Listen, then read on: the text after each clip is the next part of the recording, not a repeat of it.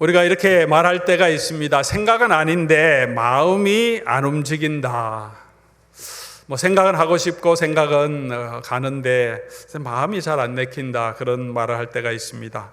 사람이 자기 마음에 들지 않으면 그 사람을 별로 돕고 싶지 않고 또 모든 일을 그 사람이 하는 모든 일을 좋게 봐주지도 않습니다.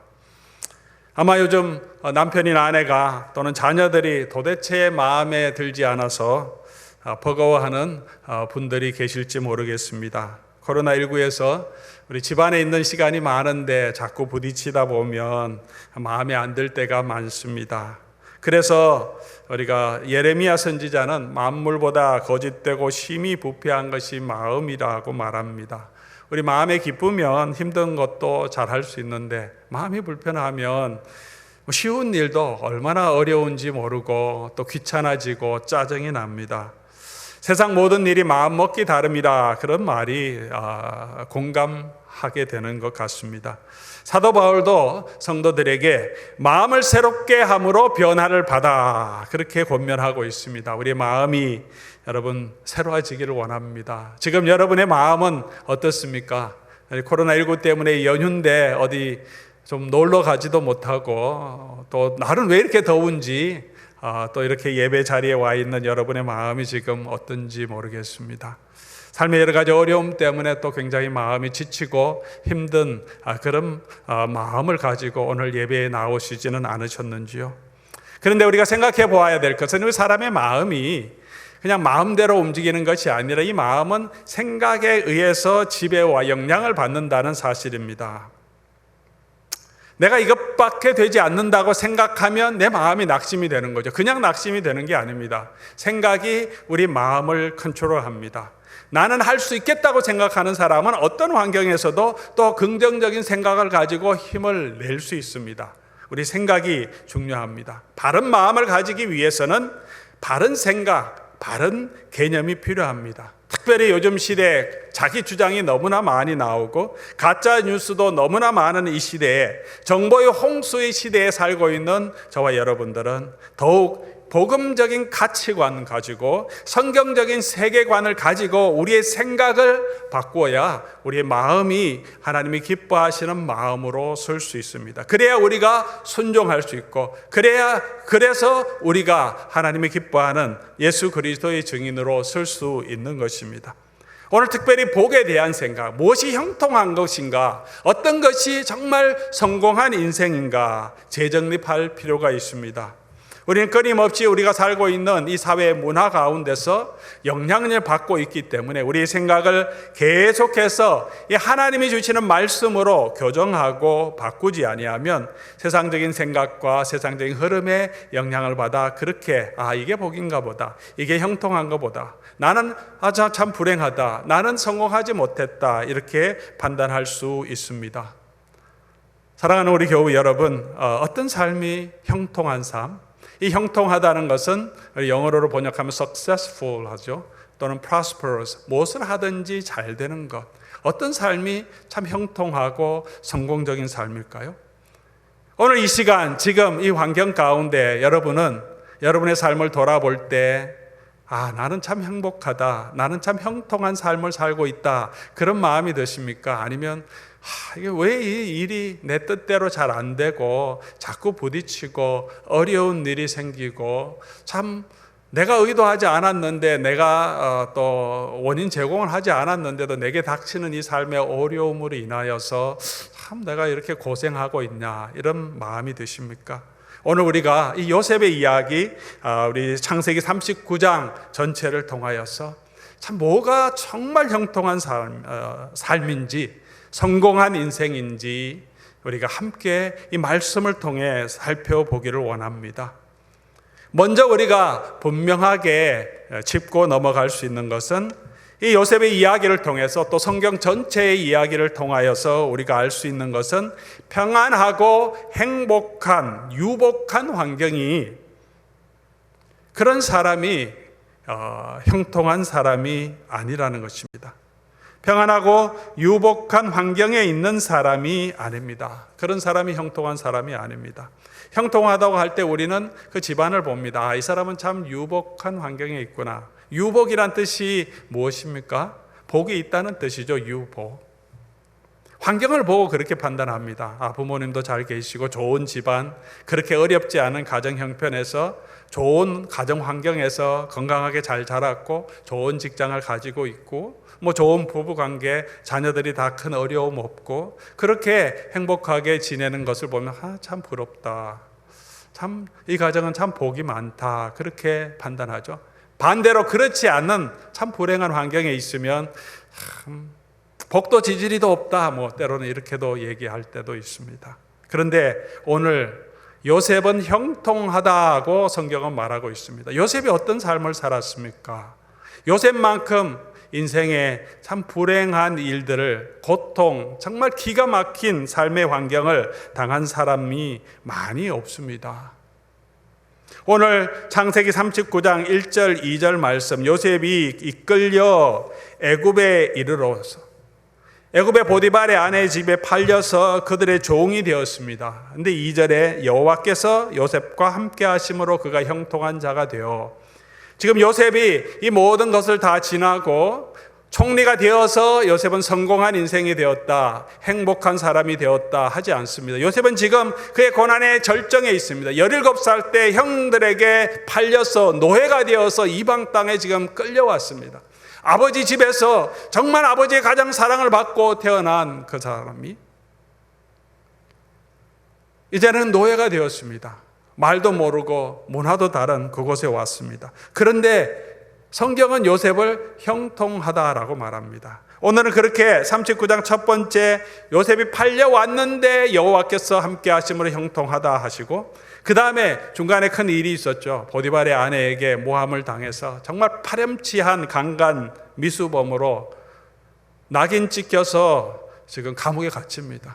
노예도 참 기가 막힌 인생인데, 그렇게 자기 좋다고 꼬시던 이 아내가 열받으니까 그렇게 모함을 합니다. 하지 않은 일에 대해서 모함당할 때 우리의 마음이 얼마나 속상합니까? 아마 제일 우리가 속상하고 분할 때가 이렇게 모함당할 때, 내가 안 했는데 나를 이렇게 사람들이 모함하고, 그리고 모함할 뿐만 아니라 아주 파렴치한 사람으로 만들어서 어려움을 당하게 할 때 그 고통이 얼마나 심합니까? 그런데 다시 감옥에 갇혔는데 어떻게 끝납니까? 그가 범사에 형통했다. 결코 우리가 처한 환경으로 성경은 우리가 형통했다 또는 불행하다라고 말하지 않습니다. 오히려 성경은 부자들에게 경고합니다. 부유한 환경에 만족하며 사는 사람들을 어리석은 자라고 말합니다. 사랑하는 교우 여러분, 우리 행복은 성적순이 아니라는 말을 하기도 합니다. 행복은 나의 환경에 좌우되는 것이 아니라고 성경은 말하고 있음을 우리가 기억해야 합니다. 내가 지금 어려운 환경 가운데 있다고 기가 막힌 운명 같은 그런 고통이 삶을 경험하고 있더라도 그 자체가 나를 불행한 자, 실패한 자로 만드는 것이 아니라는 것입니다. 그러면 형통의 근거는 무엇입니까? 누가 형통한 사람입니까? 오늘 2절, 3절 말씀에 있는 것처럼, 그리고 21절, 23절에 있는 것처럼 여호와께서 함께 하는 사람이 형통합니다. 2절 말씀 우리가 함께 보면, 여호와께서 요셉과 함께 하심으로 그가 형통한 자가 되어 그 주인의 집에, 애굽 사람의 집에 있으니, 3절 그의 주인이 여호와께서 그와 함께 하심을 보며, 의도적으로 반복해서 기록한 것입니다. 이 말씀을 읽는 것이 아니라 이스라엘 백성은 듣습니다. 들을 때 반복해서 하는 말이 귀에 들어오게 되죠. 중요한 것은 반복해서 말합니다. 요셉은 형통했다. 그 환경 가운데서는 정말 기가 막힌 삶의 환경에 있는데 형통했다. 왜 형통했느냐? 여호와께서 함께 하심으로. 21절, 23절 이 마지막에 가서 동일한 이야기를 다시 반복합니다. 여호와께서 요셉과 함께 하심으로 21절 그에게 인자를 더하사 간수장에게 은혜 받게 하십니다. 잘해서가 아니라 여호와께서 요셉과 함께 하시고 인자를 더해 주시고 그 환경을 열어 주시고 간수장의 마음도 요셉을 향해 열리게 하시고, 물론 요셉도 성실하게 일했지만 그래서 간수장에게 은혜 받게 하시고, 23절 여호와께서 요셉과 함께 하심이라 여호와께서 그를 범사에 형통하게 하셨더라. 우리가 잘 아는 미국의 아주 유명한 대통령, 존경받는 아브라함 링컨의 일화가 있습니다. 이 믿음의 사람에 대한 여러 가지 일화가 있지만 가장 유명한 것이 남북전쟁 당시에 가장 중요한 승패를 가르는 전쟁을 앞두고 고민하고 있다가 여러 가지 작전 회의를 하고 있다가 이제 모든 사람들이 자, 우리가 전쟁에 승리하기 위해서 우리 함께 기도하면 좋겠습니다. 그렇게 기도를 제안할 때 링컨 대통령이 말합니다. 하나님께서 우리와 함께해서 전쟁에 승리하기를 기도하기보다 우리가 하나님 편에 설 수 있기를 우리가 기도합시다. 얼마나 큰 믿음의 사람입니까? 그냥 이기는 것이 중요한 것이 아니라 우리가 정의의 편, 하나님의 말씀의 편, 진리의 편에 서서 그렇게 설 수 있도록, 그 안에서 승리할 수 있도록 기도를 요청했다고 합니다. 우리가 하나님 편에 서야 합니다. 하나님 편에 서는 사람은 얼마나 귀한 신앙인지 모릅니다. 오늘 이 시대에 필요한 사람입니다. 그런데 그 이전에 성경은 하나님이 먼저 그 백성과 함께해 주시겠다는 약속으로 시작하는 것입니다. 이것이 은혜입니다. 하나님의 언약의 가장 기초입니다. 하나님께서 아브라함을 선택하셨습니다. 이방 땅에 있는 아브라함을 선택하시면서 그에게 복을 주시면서 하나님께서 뭐라고 약속해 주십니까? 창세기 12장 3절에 나오는 내용이죠. 너를 축복하는 자에게 내가 복을 주고 너를 저주하는 자에게 내가 저주하리니 땅의 모든 족속이 너를 통해서 복을 얻을 것이라. 나는 너의 하나님이 되고 너는 내 백성이 되겠다. 내가 내 편이 되어주겠다. 하나님이 선언하신 내용입니다. 너를 저주해?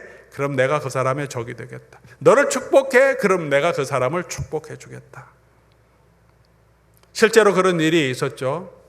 아브라함이 그 땅에 가뭄이 들자 애굽으로 내려갔습니다. 잘한 일이 정말 아닙니다. 그 땅에 머물렀어야 하는데 그러지 않고 내려갑니다. 내려간 것뿐만 아니라 자기 아내를 자기 누이라고 속였다가 아름다움을 보고 바로가 취해갑니다. 하나님이 아브라함에게 책망하지 않으시고 뭐라고 하십니까? 바로를 책망하십니다. 아브라함이 잘한 건 하나도 없는데 하나님은 아브라함의 편에 서주십니다. 왜? 하나님이 그 아브라함을 은혜로 선택해 주셨기 때문에 내가 너와 함께 하겠고 내 편이 되어 주시겠다고 하셔서 좀 잘못한 것이 있어도 하나님은 아브라함의 편에 서서 그를 보호해 주시고 그의 아내를 지켜주십니다. 요즘 방송에 보니까 편의 중계라고 하는 그런 예능 프로그램이 있더라고요. 혹시 여러분 아십니까? 편의 중계 혹시 보셨습니까? 저는 제가 보는 게 아니라 아내가 볼 때 그냥 옆에서 앉아 있다가 이렇게 보게 됐습니다. 저는 항상 그렇게 아내 옆에서 이렇게 TV를 신청하게 되는데 이 편의 중계의 타이틀이 이렇게 되어 있습니다. 이유불문하고 오롯이 내 선수만을 편애하고 응원하고 그들의 도전을 중계하는 프로그램.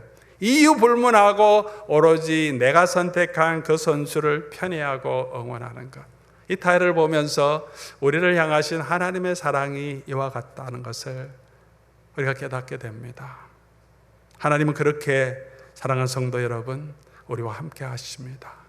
누가 정말 형통한 사람입니까?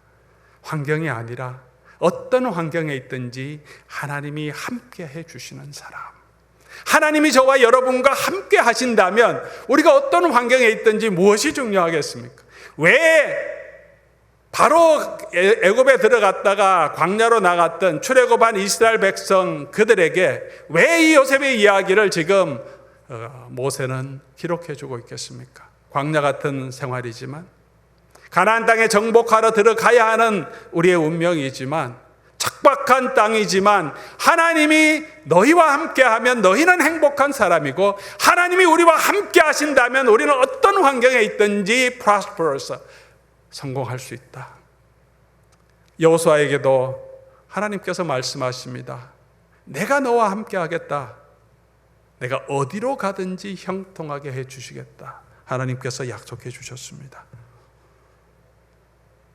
사랑하는 성도 여러분, 하나님이 내 편이 되어주시는 그런 사람이 내가 하나님 편에 서는 사람보다 더 존귀한 사람, 더 무서운 사람, 두려운 사람이 아닙니까? 하나님이 우리 편이 되어주시는, 그것이 축복의 근거라고 말합니다. 그럴 때 형통하다고 말하고 있습니다. 사랑하는 교우 여러분, 오늘 여러분의 처한 형편을 보고 낙심하지 말으셨으면 좋겠습니다. 나는 복이 지지리도 없는 자라고 말씀하지 않았으면 좋겠습니다. 아니면 내가 가진 것으로, 내가 처한 유복한 환경으로 나는 저 사람보다 복이 많아, 하나님 감사합니다, 그런 이야기가 아니라 내게 내 삶에 하나님이 함께 하시는가, 그것으로 내 축복의 근거를 삼고 내가 어떤 환경에 있도록 지금 나와 함께 하나님이 하시다면 그 환경 가운데서도 하나님은 나를 형통하게 하시고, 그 어려운 환경 가운데서 하나님이 나의 길을 인도하시고 지켜주셔서 형통함이 드러나게 하나님이 붙들어 사용해 주실 거라는 그 믿음 안에 걸어갈 수 있기를 바랍니다. 그것이 하나님의 마음입니다. 그것이 우리와 함께 하시는 하나님이십니다. 하나님은 오히려 유복한 사람, 그런 환경에 있는 부유한 사람보다 고통 중에 있는 자들을 향하여 하나님은 더 그의 마음이 향하신다고, 가난한 자들을 향하여, 고통 중에 있는 자들을 향하여 하나님은 더 그들과 함께 하시며 위로하시며 그들의 하나님이 되어주신다고 약속해 주셨습니다. 그 하나님이 지금도 저와 여러분을 그리스도 예수 안에 불러주시고 하나님의 축복된 자녀로 삼아주셨습니다. 그 하나님이 세상 끝날까지 예수 그리스도와 함께 우리와 영원토록 함께 계시겠다고 약속해 주셨습니다.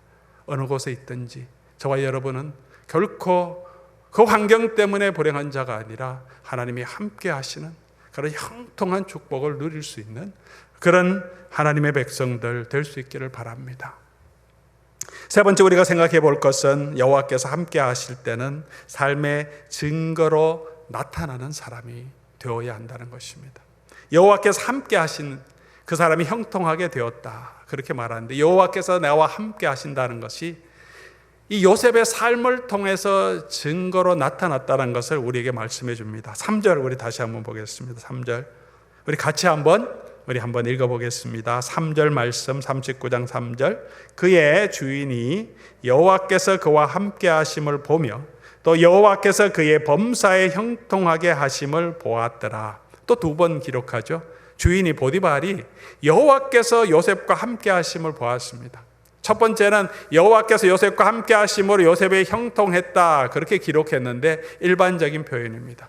그러면 여호와께서 요셉과 함께 하심이 어떻게 증거되느냐? 우리는 우리의 삶 가운데서 여호와께서 함께 하심으로 형통한 자로 사는 사람은 어떤 삶의 모습이 나타나야 하는가요? 우리의 삶에서 여호와께서 함께 하심이 드러나서 나의 주장이 아니라 증거로 나타나야 한다는 것입니다. 하나님은 나와 함께 하셔, 그렇다고 하나님이 함께하는 사람으로 형통한 사람이 아니라 다른 사람들이 볼 때 저 사람하고 하나님이 함께 하시는구나 하는 것을 보게 하는 사람, 삶의 증거로 나타나는 사람이 정말 행복한 사람이에요. 돈 많이 가진 거 아니고, 건강하다고 행복한 것이 아니고, 그 사람의 삶을 보니까 정말 그 안에 하나님이 계시네, 그 하나님이 계심을 증거하는 사람, 복의 근원이 되는 사람 아닙니까? 하나님이 아브라함을 선택하시고 이 백성을 선택하신 목적을 이루는 사람입니다. 어떻게 우리의 삶에 하나님이 함께 하심이 증거로 드러날 수 있습니까? 그렇게 하기 위해 우리는 어떤 삶을 살아야 합니까? 오늘 이것을 여러분과 함께 나누기를 원합니다. 이 5가지 원리, 요셉의 삶의 원리를 붙들고 우리도 우리 어떤 삶 가운데서도 정말 하나님이 함께 하시는 삶의 증거를 가진 자로 오늘 이 시대에 설 수 있기를 바랍니다. 첫 번째, 하나님이 함께하는 그 삶의 증거는 어떻게 나타나냐? 처음에는 하나님이 주신 꿈을 가지고 살아야 합니다. 요셉의 별명이 무엇입니까? 꿈꾸는 자였습니다. 그는 꿈을 꾸고 꿈을 이야기하는 자였습니다. 꿈을 많이 이야기하고 형들이 구박함에도 불구하고 이야기했던 것은 왜 기록해 주었을까요? 요셉은 이 꿈을 놓지 않고 살았음을 우리에게 말씀해 줍니다. 꿈을 꾸고 감추지 않고 그 꿈을 드러내며 살았습니다.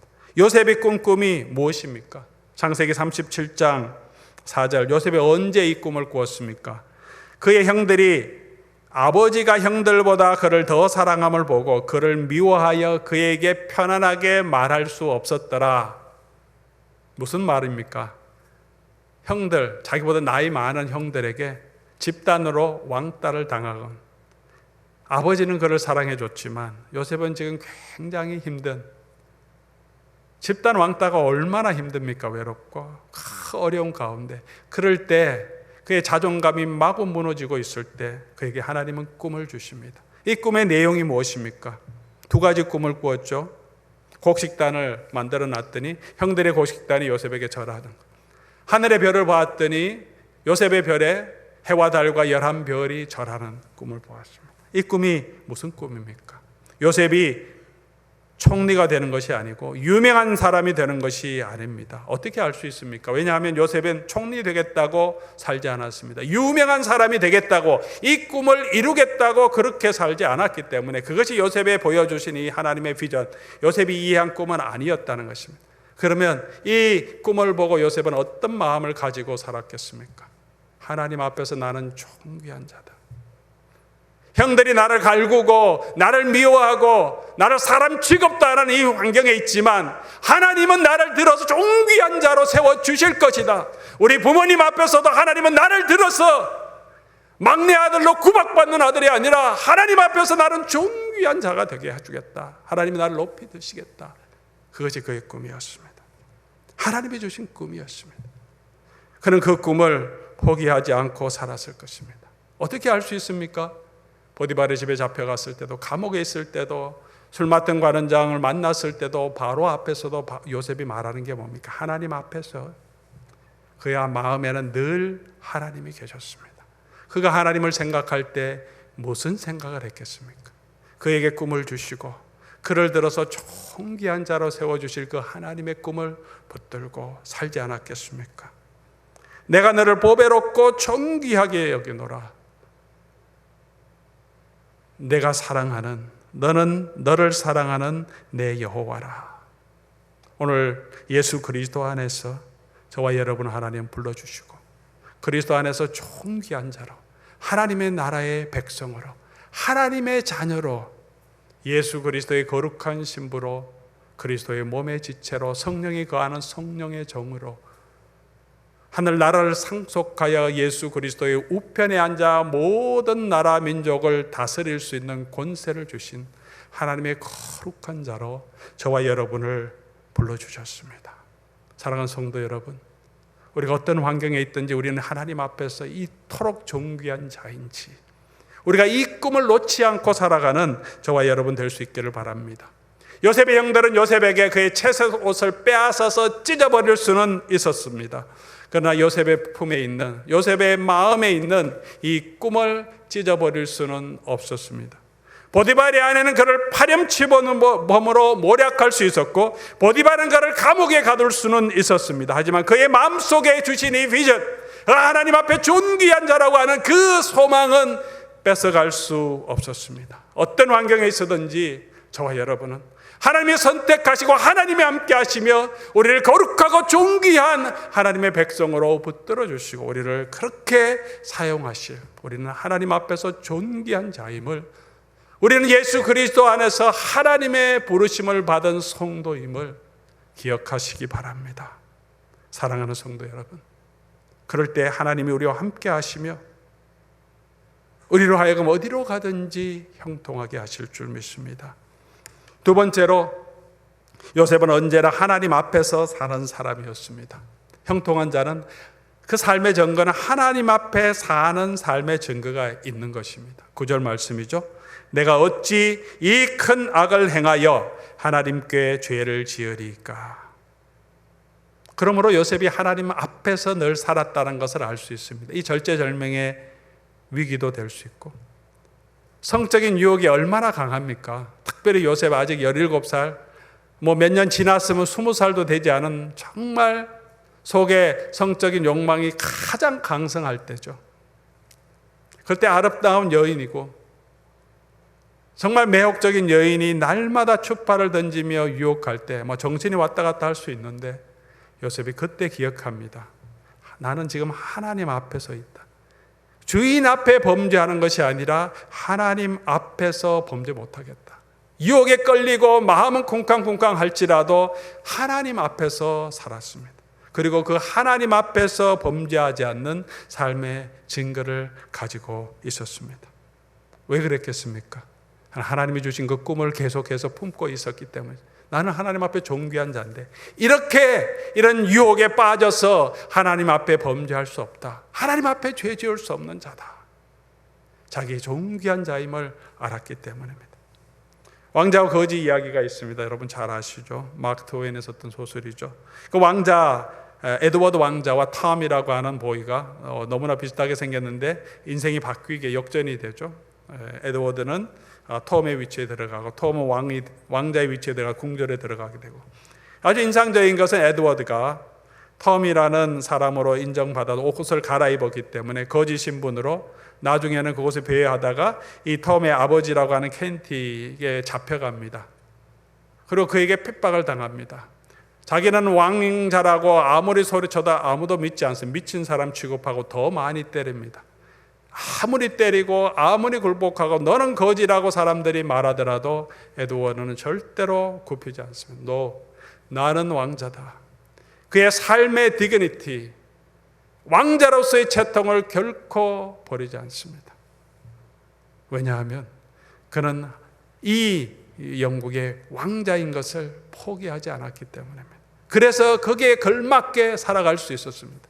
매를 맞더라도 비굴하게 거짓처럼 행동하지 않았던 것입니다. 오늘 사랑하는 성도 여러분, 오늘 이 시대에 우리는 하나님의 거룩한 백성으로 예수 그리스도 안에서 하나님의 거룩한 예수 그리스도의 거룩한 신부로 부름받았습니다. 하나님의 자녀가 되었습니다.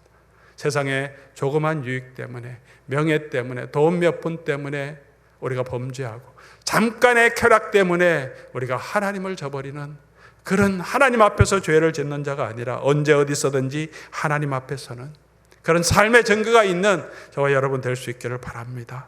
세 번째, 우리는 어떤 환경에서도, 요셉은 어떤 환경에서도 하나님의 선하신 계획이 있음을 인정했습니다. 하나님이 함께 하시는 사람의 삶의 증거입니다. 창세기 45장 5절에 요셉의 고백입니다. 나중에 모든 것이 끝난 후에 요셉이 형들에게 말합니다. 하나님이 생명을 구원하시려고 나를 당신보다 먼저 보내셨나이다. 형들이 너무 두려워서 요셉이 원한을 갚을까 봐, 복수할까 봐 우리가 잘못했다, 정말 용서해다오 그랬더니 걱정하지 마세요. 이 모든 거 하나님 뜻 아래 있었기 때문에 하나님의 계획을 이루신 겁니다. 구원의 계획을 이루신 겁니다. 이때까지 요셉은 하나님의 구원의 계획은 분명하게 알지 못했을 것입니다. 그러나 분명하게 그가 형들을 용서하고 이런 말을 할 수 있었던 것은, 그는 이 당시에는 지금 보리발에 잡혀가고 감옥에 갇혔을 때는 하나님의 선하신 계획이 무엇인지는 몰랐을 겁니다. 그러나 그가 믿었던 것은, 나는 모르지만 지금 이런 억울한 환경을 당할지라도, 나를 다시 감옥에 보내실지라도 그곳에 이 삶의 역사하시는 하나님의 선하신 계획은 있음을 그는 믿었을 것입니다. 왜? 하나님이 나와 함께 하시고 그는 하나님 앞에 서 있었기 때문입니다. 사랑하는 성도 여러분, 오늘 우리의 삶에도 여러 가지 어려운 환경들, 내가 예기치 않고 기대하지 않았던 많은 삶의 어려움들이 있습니다. 이 모든 환경 가운데서도 오늘 요셉에게 하나님께서 일하신 그 하나님의 놀라운 계획이 있었던 것처럼 우리에게도 분명코 하나님의 계획이 있습니다. 그것이 무엇이냐? 어떻게 하나님이 이 삶을 바꾸어서 정말 나로 하여금 정말 하나님 앞에 존귀한 자로 사람 앞에 드러내실까?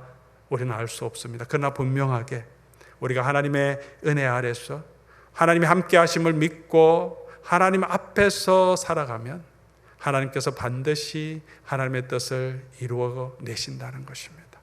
사랑하는 성도 여러분, 우리 환경을 바라보지 말고 그 가운데 역사하시는 주권자 되신 이 하나님을 바라보며 믿음으로 걸어갈 수 있기를 바랍니다. 네 번째, 요셉은 그러면서 하나님의 주권을 믿었기 때문에 자신이 처한 환경에서 맡겨준 일을 성실하게 감당했습니다. 하나님의 인재를 증거하는 것은 이렇게 자기의 처한 환경에서 자기 인생을 비관하지 않고 환경을 원망하고 다른 사람을 원망하며 나태하게 살지 않고 보디발의 집에 갔어도, 감옥에 갇혔어도, 아버지 집에서도 마찬가지고, 그는 어디에 있든지 하나님 앞에서 사는 사람으로 이 꿈을 가지고 맡겨준 그 일에 충실하게 최선을 다합니다. 억지로 하는 것이 아니라 보디발의 집에 맡겨준 그 일을 최선을 다해서 했습니다. 6절 말씀 보면 주인이 그 소유를 다 요셉의 손에 위탁하고, 설명은 안 나오지만 왜 다 위탁했겠습니까? 사람들이 다 알 수 있는 내용이죠. 믿지 않으면 위탁 못하죠. 일을 잘하지 않으면 다 맡기지 않습니다. 22절 23절에 간수장도 똑같이 합니다. 간수장이 간수의 재반 사무를 요셉에게 다 맡기고, 맡기는 것은 하나고, 또 맡겼지만 우리가 걱정이 돼서 하나하나 자꾸 체크하는 사람이 있는데, 간수장도 보디발도 돌아보지 않았다. 그 정도로 요셉이 성실하게 정직하게 그의 주어진 일을 감당했다는 것입니다. 하나님이 함께 하심을 믿는 사람은 언제나 자기의 삶에 긍정적입니다. 왜냐하면 이 삶의 환경 가운데 오늘 나의 직장을 주시고 이 환경을 주신 것 안에도 하나님의 뜻이 있기 때문에 그 하나님의 뜻을 바라보면서 내게 주신 환경에서 하나님 앞에서 성실하게 그 일을 감당하기 때문입니다. 사랑하는 성도 여러분, 우리는 오늘 지금 우리가 처한 환경에서 내가 하는 이 일을 통해서 내가 만나는 사람들에게 우리가 맡겨진 이 모든 일에 성실하게 하나님의 일을 감당하고 있습니까? 아니면 여전히 불평불만하고 왜 이런 남편을 줬지? 왜 이런 아내를 줬지?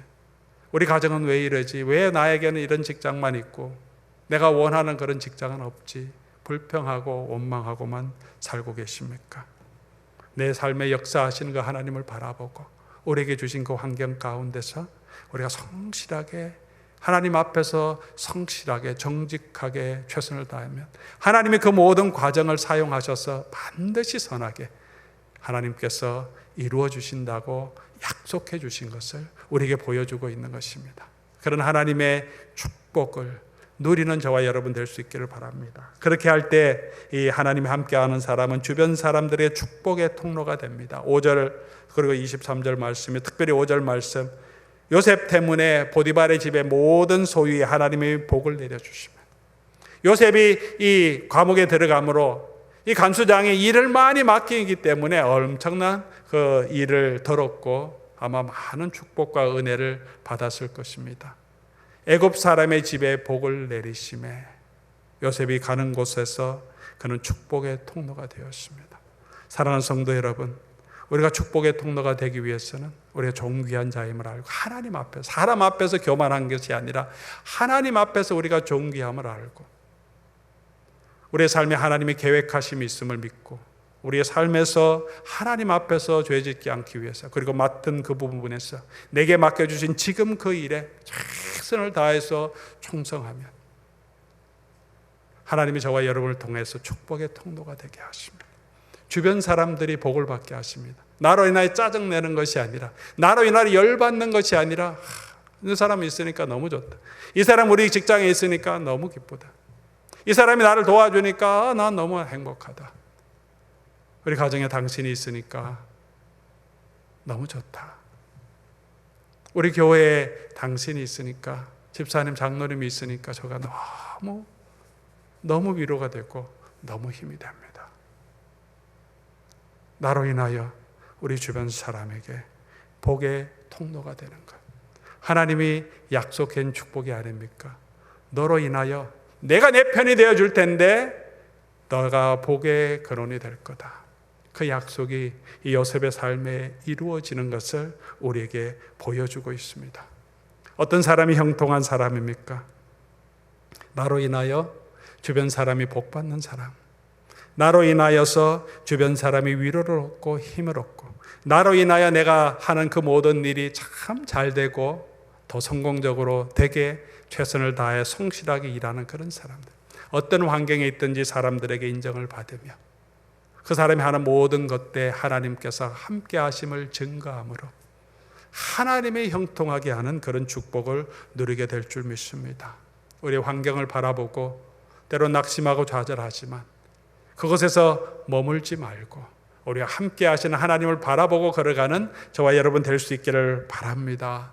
그리고 그 하나님이 주신 그 꿈을 가지고 하나님 앞에 존귀한 자라는 것, 하나님 우리를 정말 존귀하고 보배롭게 여기는 우리 하나님이 되어주신 것을 믿고 그 하나님의 주권적인 섭리가 있음을 믿고 우리의 삶에 최선을 다하여 하나님 앞에 살아가는 저와 여러분 되어서 주변의 축복의 통로가 되는 그런 하나님의 귀한 백성, 그런 교회가 될 수 있기를 주의 이름으로 간절히 소원합니다.